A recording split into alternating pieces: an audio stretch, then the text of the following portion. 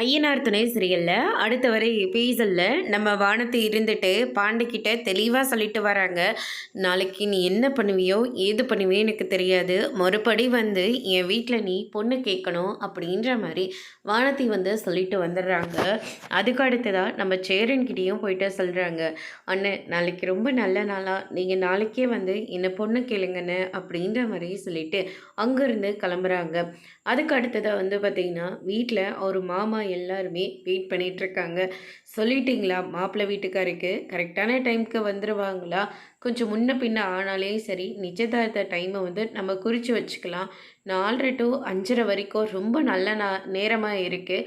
அதுக்குள்ளே அவங்க வந்தாக்க நிச்சயதாரத்தை முடிச்சுக்கலாம் அப்படின்ற மாதிரி சொல்லிடுறாங்க. அதுக்கு அடுத்ததான் வந்து பார்த்திங்கன்னா வானத்தை இருந்துட்டு ரொம்பவே அழகாக ரெடி ஆகிட்டு வெயிட் பண்ணிக்கிட்டு இருக்காங்க.